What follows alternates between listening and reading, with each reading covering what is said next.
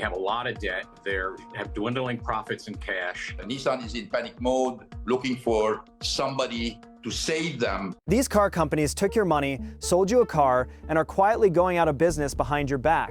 One just sold 49 cars in a single month. Another, a name families have trusted for decades, just posted a $4.5 billion loss, slashed 20,000 jobs, and started closing 7 factories. And the loyal buyers who trusted them are about to watch their cars turn into worthless orphans with no parts, no service, and no warranty worth the paper it is printed on. But how did it come to this? How did household names once in every driveway end up selling 49 cars a month? Make sure you subscribe, because I started this channel for one reason, to share what dealerships and car makers don't want you to hear. With your support, I can keep making these videos. Now let's get into it. Nobody ever explains how car brands actually die. It is not overnight, and it is not with some big dramatic announcement. They die slowly, quietly, in the back corners of dealerships, where the lights are still on, but nobody is walking in the door. First, the good models quietly disappear. Then the dealers stop advertising. Then the sales numbers get so embarrassing that the company just stops bragging about them. And by the time the average person finally realizes the brand is in real trouble, it is already far too late for the poor souls who just bought one. Because here is what nobody tells you when you drive off that lot feeling great about your new car. When a car brand collapses, the owner is the one left holding the bag. Your resale value falls straight through the floor because almost nobody wants a used car from a dead company. The parts get harder to find and a lot more expensive. The service centers shut their doors, and suddenly the nearest place that can even work on your car is a 2-hour drive away. That shiny 5-year warranty is only ever as good as the company standing behind it. So while these brands quietly circle the drain, it is the loyal, trusting customers who are going to pay the real price for it. And we have watched this exact movie before. Just ask anyone who bought a brand new Saab, or a Pontiac, or a Saturn right before those names got wiped off the map. The moment the lights went out at the top, their cars became orphans overnight, worth pennies on the dollar, with parts and service drying up almost immediately. Those owners did nothing wrong. They just trusted a badge that the corporate suits decided to kill. And right now, there are more brands sitting on that exact same life support than at almost any time in recent memory. Let's start with the ones that are already halfway into the grave. Let's begin with a name you probably forgot was even still being sold in this country: Mitsubishi. Once upon a time, this was a genuine player, the company that gave us the Eclipse, the Lancer Evo, the 3000 GT, real cars that people actually lusted after and taped to their bedroom walls. Today, it is basically a ghost wearing the old company's clothes.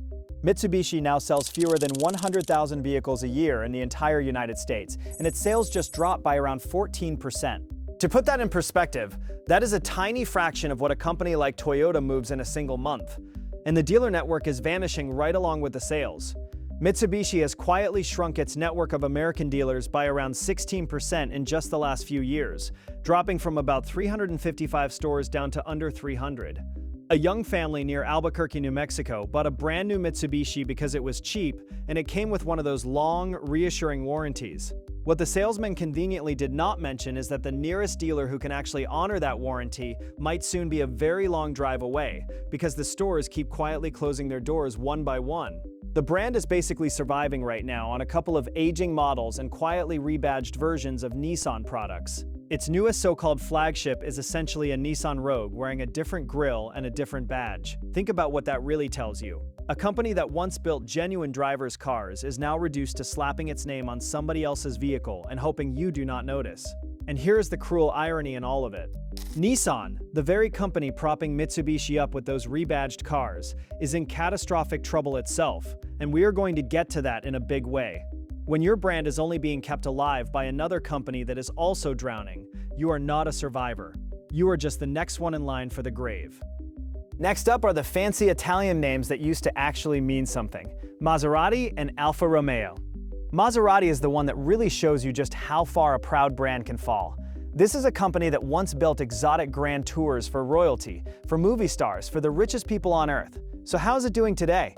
In 2025, Maserati sold a grand total of around 7,900 cars, and I do not mean in America.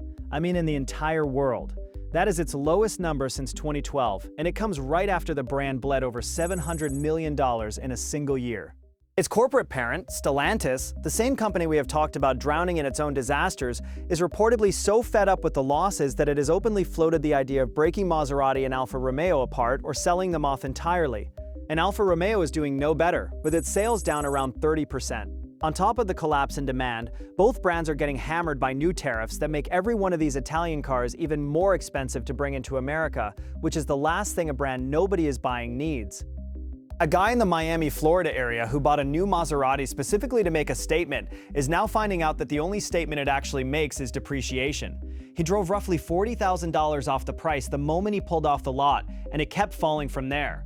These cars already lose value faster than almost anything else on the road, and when the brand itself is being publicly rumored as next on the chopping block, that resale number goes from bad to catastrophic. And the plan to supposedly save these two brands tells you everything you need to know. Maserati and Alfa Romeo are now being pushed to share parts and share development just to survive. Two proud, independent names forced to lean on each other like a couple of drowning swimmers clutching the same log. For companies that once charged a fortune precisely because they built something rare and special, being folded into a cost-cutting part-sharing program is the ultimate humiliation. The exclusivity and the magic are the exact things they are now killing off in order to survive. Here is my honest take on it. When your own parent company is standing there openly wondering out loud whether it should even keep you alive, you are not a luxury brand anymore. You are a line item waiting to get cut. But at least those are small, niche, exotic names.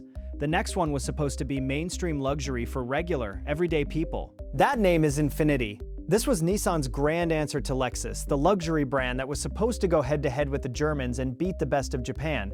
Instead, it is quietly evaporating into thin air. Infiniti now sells only around 58,000 vehicles in an entire year, and its dealers are averaging something like 24 new car sales a month. Really stop and do that math for a second. That is less than one single car per day per store. Think about trying to keep the lights on, pay a whole staff of salespeople and mechanics, and run an entire dealership while selling less than one car a day. It simply does not work.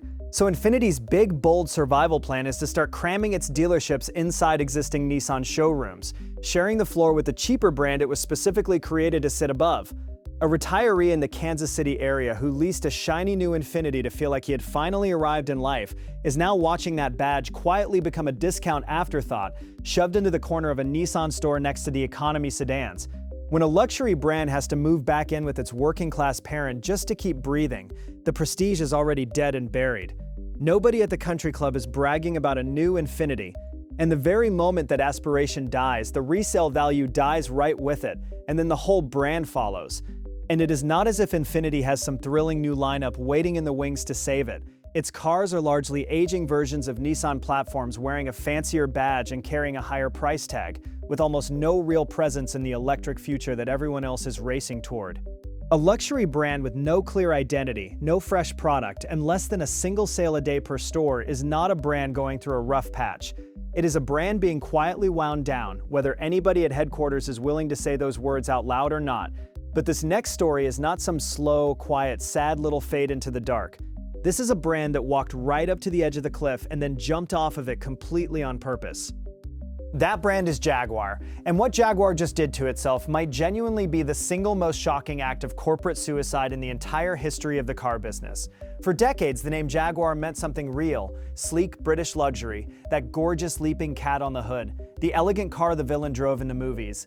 Then, late in 2024, Jaguar decided to take that entire legacy and blow it straight up. They launched a bizarre rebrand they called Copy Nothing. They tore the iconic leaping cat badge right off of the cars. And they put out a big launch video full of strangely dressed models and weird pink imagery that did not feature a single actual car anywhere in it. Not even one. The backlash from the public was instant, and it was absolutely savage. But somehow that was not even the worst part of the plan. In order to go all electric, Jaguar went ahead and discontinued nearly its entire existing lineup of gas cars at the end of 2024, long before the shiny new electric ones were anywhere near ready to actually sell. So they left their own loyal dealers with almost literally nothing to put on the lot, and the sales numbers that followed are honestly hard to even believe. In one single month in 2025, Jaguar sold a grand total of 49 cars across all of Europe. 49. Their sales had collapsed by around 97%. A longtime Jaguar owner in the Scottsdale, Arizona area walked into his local dealer to look at a new one, and there was quite simply nothing there for him to buy.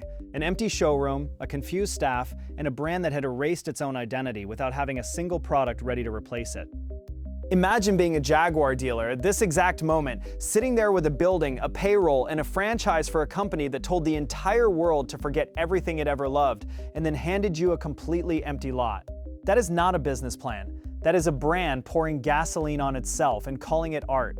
And here is the tell that even Jaguar eventually knew it had gone way too far.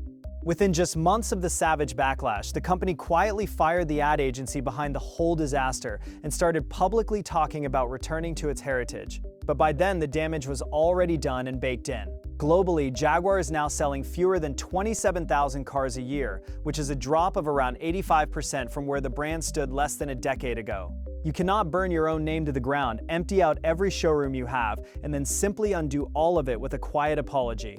Once the customers walk away, winning them back is the single hardest thing to do in this entire business. But as spectacularly self-destructive as Jaguar has been here, it is still, at the end of the day, a relatively small player. The very last brand on this list is a genuine giant, and its collapse should honestly scare every single person watching. That giant is Nissan. And this is the one that proves once and for all that nobody in this industry is too big to fall. This is not some tiny boutique badge or a fading Italian nameplate nobody under 50 remembers. Nissan is one of the largest car makers on the entire planet, the company that built millions upon millions of Altimas and Sentras and Rogues, ordinary cars sitting in ordinary driveways all over America right now. And at this very moment, it is fighting for its life. Nissan just posted a net loss of around $4.5 billion, its worst financial result in 25 years, and then it turned right around and followed that up with another enormous loss the very next year. In response to the bleeding, the company announced that it is cutting 20,000 jobs worldwide and closing 7 entire factories, shrinking itself from 17 plants down to just 10, 20,000 people, 7 whole factories. Really let those numbers land for a second. A place like the massive Nissan plant down in Smyrna, Tennessee is not just a building. It is the paycheck for thousands of families and the entire backbone of the town built around it. And when the big credit agencies sat down and looked hard at Nissan's books, they downgraded the company's debt all the way to junk status, which is Wall Street's polite way of saying they are now seriously worried this company may not be able to pay back what it owes. And on top of every bit of that, a lifeline merger with Honda was actually on the table that could have saved it. A deal that would have created one of the biggest car makers on earth, and it collapsed at the negotiating table.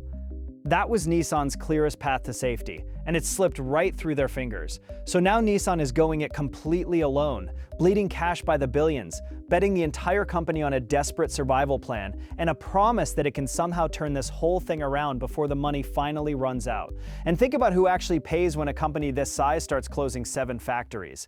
It is not the executive in the corner office who approved a decade of bad decisions. It is the line worker in Tennessee who moved his family across the country for that job, bought a house on that paycheck, and just found out his plant is on the list. That is the real cost of a giant falling, and it never once lands on the people who caused it. This is a company that used to build the best-selling cars in America, and now serious, sober people are openly asking whether it even survives the decade. If it can happen to Nissan, it can happen to almost anybody. So here's what every bit of this actually means for you, the regular person who just wants a dependable car and could not care less about corporate boardroom drama. When a brand dies, or honestly even just gets this critically sick, it is the loyal owner who ends up getting hurt the worst. The value of your car tanks overnight because used buyers are terrified of a vehicle from a dying company. The parts get scarce and pricey, the dealers lock their doors, and that warranty you paid good money for suddenly feels a whole lot less solid than it did on signing day. And it is not only the owners who pay either. It is the 20,000 Nissan workers staring down a layoff. It is the Jaguar dealers sitting in empty showrooms. It is the Mitsubishi families watching their nearest service center go dark. These are all real people getting crushed because the executives running these brands chased trends, jacked up their prices, bet the farm on electric cars nobody was ready to buy, and completely forgot the one and only job that actually matters, building something people genuinely want at a price they can actually afford. The buyers who quietly walked away from all of these brands were never wrong to do it. They saw this coming a mile away. And now the cold, hard numbers have proven them right. So before you ever sign for some shiny deal on a brand that seems just a little too cheap to be true, stop and ask yourself one simple question. Will the company that built this thing even still be around in 5 years to fix it? Nissan says it is going to claw its way back to profit this year, and its next set of financial numbers will tell us whether that is real or just a desperate prayer. Subscribe so you get the straight truth on which of these brands actually survives, before some dealer talks you into a car from one that does not.